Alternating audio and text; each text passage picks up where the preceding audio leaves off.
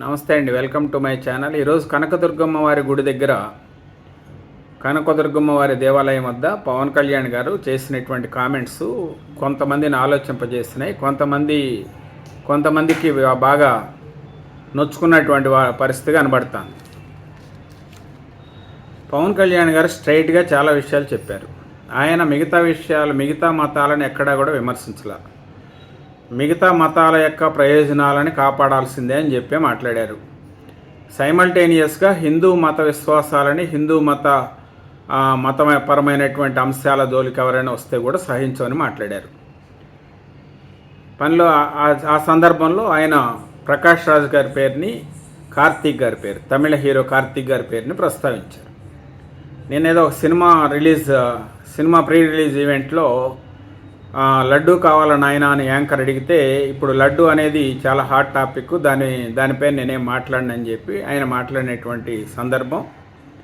దానిపైన అక్కడ ఉన్నటువంటి వాళ్ళు అదేదో కాస్త సీరియస్గా తీసుకోకుండా ఏదో ఒక క్యాజువల్గా అందరూ నవ్వటం, అదంతా ఒక సిల్లీ థింగ్ లాగా అనిపించింది. ఎవరికైనా అనిపిస్తుంది.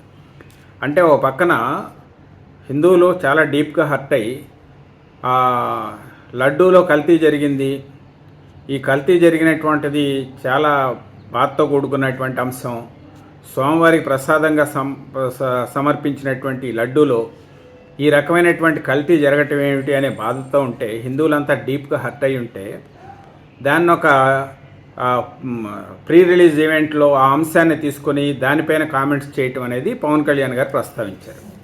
వెంటనే కార్తీక్ గారు పవన్ కళ్యాణ్ గారికి, మీరంటే నాకు చాలా గౌరవం ఉంది, నేను కూడా హిందువునే, నేను స్వామివారి భక్తుడినే, కాబట్టి ఎవరైనా నొచ్చుకొని ఉంటే ఈ విషయం పైన నేను క్షమాపణలు కోరుతున్నా అని చెప్పి ఆయన మాట్లాడారు. దాంతో ఆ ఇష్యూ క్లోజ్ అయిపోయింది. కాకపోతే ప్రకాష్ రాజ్ గారు మాట్లాడినటువంటి విషయం, ఆయన అక్కడ విదేశాల్లో ఉన్నాడంట, 30వ తారీఖు వస్తారంట, వచ్చిన తర్వాత పవన్ కళ్యాణ్ గారికి సమాధానం చెప్తారంట. ఆయన ట్వీట్ని మరొకసారి చదువుకోవాలంట. నాకు అర్థం కాని విషయం ఏంటంటే, పవన్ కళ్యాణ్ గారు మాట్లాడుతున్న విషయానికి ప్రకాష్ రాజ్ గారికి సంబంధం ఏంటి? అసలు ఆయన ఎందుకు ఇన్వాల్వ్ అవుతున్నాడు? ఆయన హిందూ కాదు. హిందూ మత విశ్వాసాలను దెబ్బతీసే విధంగా గతంలో ప్రభుత్వంలో ఉన్న కొంతమంది పెద్దలు కావచ్చు, అనుకోకుండానో ఉద్దేశపూర్వకంగానో ఏదో ఒక రకంగా జరిగింది.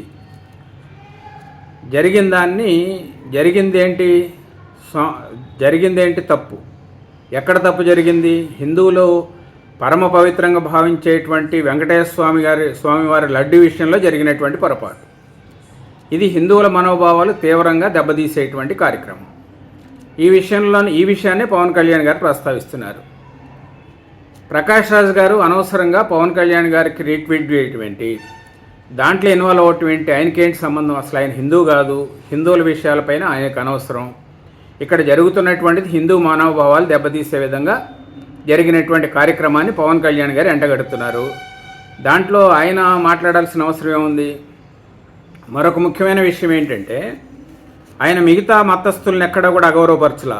ఆయన ఈ ఇష్యూ మొదలైనప్పటి నుంచి ఆయన చెప్తున్నారు, ఒక క్రైస్తవుడికి అన్యాయం జరిగినా, ఒక ఇస్లాంకి అన్యాయం జరిగినా, ఒక బౌద్ధుడికి అన్యాయం జరిగినా, ఏ మతంలో పొరపాట్లు జరిగినా, ఏ మతంలో ఇబ్బందులు జరిగినా మేము మాట్లాడతాం. అదేవిధంగా హిందూ మతంలో మేము ఆచరించేటువంటి హిందూ ధర్మంలో మా యొక్క సనాతన ధర్మానికి విరుద్ధంగా ఏవైనా జరిగితే వాటిపైన కూడా మేము మాట్లాడతామని చెప్పి పవన్ కళ్యాణ్ గారు మాట్లాడుతున్నారు. దీనిపైన ప్రకాష్ రాజ్ గారికి వచ్చిన ఇబ్బంది ఏంటి? ఆయన ఎందుకు ఇన్వాల్వ్ అవ్వాలి? అసలు 30వ తారీఖు వచ్చి ఆయన ఏదో చెప్తాడంట. ఏం చెప్తాడు ఆయన? ఆయనకు సంబంధం లేని విషయాల్లో ఆయన ఇన్వాల్వ్ అయిపోయి ఇక్కడేదో దేశవ్యాప్తంగా చర్చకు దారితీసింది పవన్ కళ్యాణ్ గారు చెప్పినట్టు. దేశవ్యాప్తంగా కాదు, ప్రపంచవ్యాప్తంగా చర్చ జరగాల.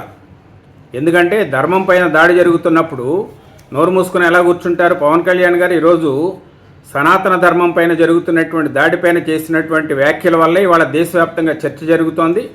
ప్రపంచవ్యాప్తంగా కూడా చర్చ జరగాల. అన్ని మతాలని గౌరవించాలి.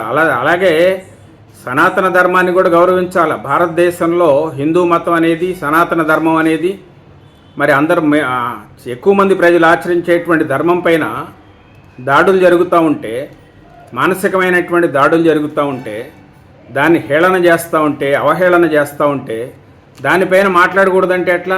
పవన్ కళ్యాణ్ గారు మాట్లాడే మాటల్లో ఎక్కడైనా కానీ ఒక్క మాట కూడా తప్పు మాట్లాడట్లే ఆయన.